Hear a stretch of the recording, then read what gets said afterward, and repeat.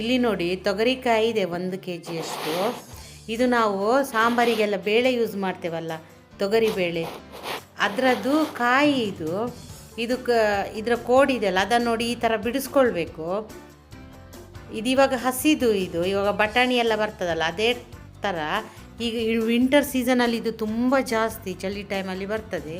ಇದು ತಿನ್ನಬೇಕು. ಇನ್ನೊಂದು ಅವರೆಕಾಯಿ ಅಂತ ಬರ್ತದೆ, ಅದು ಇನ್ನೂ ಸ್ಟಾರ್ಟ್ ಆಗಿಲ್ಲ. ಇವಾಗ ಇದು ತೊಗರಿಕಾಯಿ.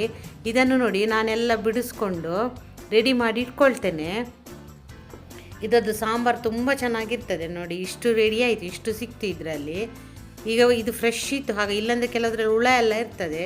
ಇದು ಮತ್ತು ನಮಗೆ ತುಂಬ ಒಳ್ಳೆಯದು ಈ ಚಳಿಗಾಲದಲ್ಲಿ. ಒಂದು ಪಾತ್ರೆ ಇಟ್ಟು ನೋಡಿ, ಅದಕ್ಕೆ ನಾನು ಎಣ್ಣೆ ಹಾಕಿದ್ದೇನೆ, ಆಮೇಲೆ ಸಾಸಿವೆ ಹಾಕಿದ್ದೇನೆ. ಸಾಸಿವೆ ಸಿಡಿದ ಮೇಲೆ ಸ್ವಲ್ಪ ಹಿಂಗೆ ಹಾಕಿದ್ದೇನೆ ನೋಡಿ. ಹಿಂಗೆ ಹಾಕಿದ್ಮೇಲೆ ಅದು ಸಾಸಿವೆ ಎಲ್ಲ ಸಿಡಿಬೇಕು, ಹಿಂಗೆ ಸಹ ಸ್ವಲ್ಪ ಕಲರ್ ಚೇಂಜ್ ಆಗಬೇಕು. ಆವಾಗ ಒಂದು ಈರುಳ್ಳಿ ಕಟ್ ಮಾಡಿ ಹಾಕಿ, ಕರಿಬೇವು ಸೊಪ್ಪು ಸಹ ಒಂದು ಕಡ್ಡಿ ಕರಿಬೇವು ಹಾಕಿದ್ದೇನೆ. ಹಾಕಿ ಚೆನ್ನಾಗಿ ಫ್ರೈ ಮಾಡಬೇಕು ನೋಡಿ. ಇವಾಗ ಗೋಲ್ಡನ್ ಬ್ರೌನ್ ಬಂದಿದೆ ಈರುಳ್ಳಿ. ಇವಾಗ ಇದಕ್ಕೆ ನಾನು ತೊಳೆದಿಟ್ಕೊಂಡ ಕಾಳು ಇದೆ ಅಲ್ಲ, ತೊಗರಿ ಕಾಳು, ಅದನ್ನು ಹಾಕ್ತಾ ಇದ್ದೇನೆ. ಅದನ್ನು ಹಾಕಿ ಚೆನ್ನಾಗಿ ಫ್ರೈ ಮಾಡಬೇಕು. ಅದು ಆಯಿಲಲ್ಲೇ ಚೆನ್ನಾಗಿ ಫ್ರೈ ಆಗಬೇಕು, ಅಲ್ಲಿ ತನಕ ಇದನ್ನು ಫ್ರೈ ಮಾಡಬೇಕು. ಇವಾಗ ಇದು ಎಲ್ಲ ಜಾಸ್ತಿ ಬರ್ತಾ ಇದೆ ಅಲ್ಲ, ಹಾಗಾಗಿ ಎಲ್ಲ ಮನೆಯಲ್ಲಿ ಇದನ್ನು ಮಾಡ್ತಾರೆ. ಮತ್ತು ಈ ಟೈಮಲ್ಲಿ ಇದು ತಿಂದರೆ ನಮ್ಮ ದೇಹಕ್ಕೆಲ್ಲ ತುಂಬ ಒಳ್ಳೆಯದಂತೆ, ಸ್ಕಿನ್ನನ್ನು ತುಂಬ ಚೆನ್ನಾಗಿರ್ತದೆ ಈ ಚಳಿಗಾಲದಲ್ಲಿ. ಮುಚ್ಚಳ ಮುಚ್ಚಿ ಒಂದು 3 ನಿಮಿಷ ಅದನ್ನು ಚೆನ್ನಾಗಿ ಬೇಯಿಸಬೇಕು ನೋಡಿ. ಇವಾಗ ಸ್ವಲ್ಪ ಕಲರ್ ಚೇಂಜ್ ಆಗ್ತಾ ಬಂದಿದೆ. ಇವಾಗ ಅದಕ್ಕೆ ಈ ಟೈಮಲ್ಲಿ ನಾನು ಒಂದು ಆಲೂಗಡ್ಡೆ ತೊಳೆದು ಅದರ ಸಿಪ್ಪೆ ತೆಗೆದು ನೀರಲ್ಲಿ ಹಾಕಿಟ್ಟಿದ್ದೆ, ಅದನ್ನು ಹಾಕ್ತಾ ಇದ್ದೇನೆ. ಅದನ್ನು ಹಾಕಿ ಸಹ ಸ್ವಲ್ಪ ಫ್ರೈ ಮಾಡಬೇಕು. ಫ್ರೈ ಆದಮೇಲೆ ಒಂದು ಬದನೆಕಾಯಿ ಸಹ ಹಾಕಿದ್ದೇನೆ, 2 ಬದನೆಕಾಯಿ ಇದೆ, ಅದನ್ನು ಸಹ ಕಟ್ ಮಾಡಿ ಹಾಕ್ತಾ ಇದ್ದೇನೆ. ಇದರ ಜೊತೆಗೆ ಆಲೂಗಡ್ಡೆ ಮತ್ತು ಬದನೆಕಾಯಿ ಹಾಕಿದರೆ ಸಾಂಬಾರು ತುಂಬ ಚೆನ್ನಾಗಿರ್ತದೆ.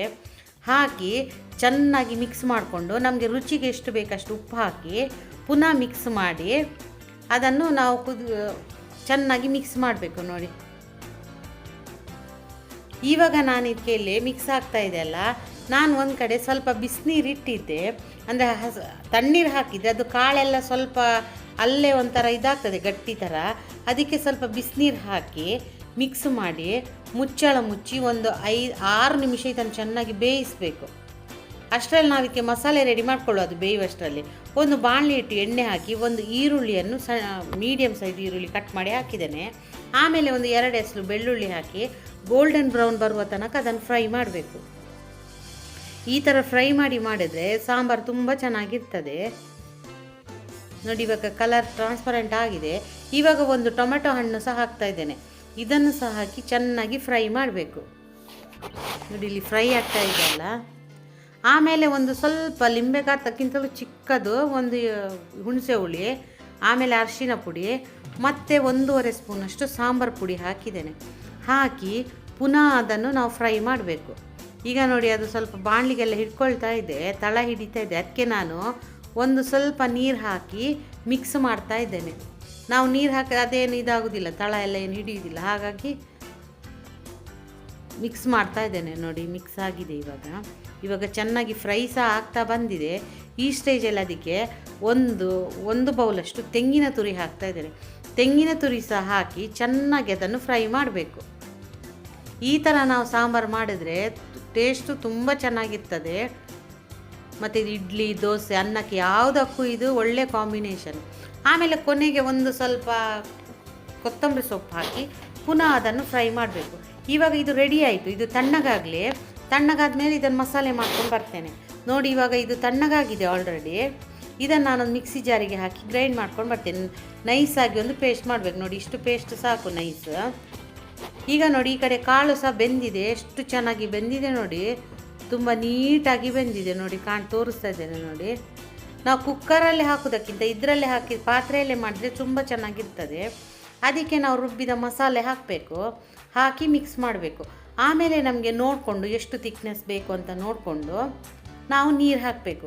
ಇವಾಗ ನಾನು ಮಿಕ್ಸಿ ಜಾರಲ್ಲೇ ಇದೆಯಲ್ಲ, ಅದಕ್ಕೆ ನೀರು ಹಾಕಿ ಸ್ವಲ್ಪ ಅದನ್ನು ಚೆನ್ನಾಗಿ ತೊಳೆದು ಹಾಕ್ತಾ ಇದ್ದೇನೆ ನೋಡಿ. ಇವಾಗ ನೋಡಿ ಮಿಕ್ಸ್ ಆಗ್ತಾ ಇದೆ. ತುಂಬ ಚೆನ್ನಾಗಿರ್ತದೆ ಇದು ಸಾಂಬಾರು. ನೀವು ಸಹ ಒಂದು ಸತಿ ಮಾಡ್ಕೊಳ್ಳಿ ಸಿಕ್ಕಿದರೆ. ಈಗ ಮುಚ್ಚಳ ಮುಚ್ಚಿ ಒಂದು 5 ನಿಮಿಷ ಬೇಯಿಸ್ತಾ ಇದ್ದೇನೆ. ನೋಡಿ ಇಲ್ಲಿ ಎಷ್ಟು ಚೆನ್ನಾಗಿ ಕುದೀತಾ ಇದೆ ನೋಡಿ. ಅದು ಆಯಿಲೆಲ್ಲ ಮೇಲೆ ಬಿಟ್ಕೊಂಡು ಬರಬೇಕು, ಅಲ್ಲಿ ತನಕ ನಾವು ಒಗ್ಗರಣೆಗೆ ಹಾಕಿದ್ದೇವಲ್ಲ ಆಯಿಲ್, ಅದು ಬಿಟ್ಕೊಂಡು ಅಲ್ಲಿ ತನಕ ಅದನ್ನು ಕುದಿಸಬೇಕು.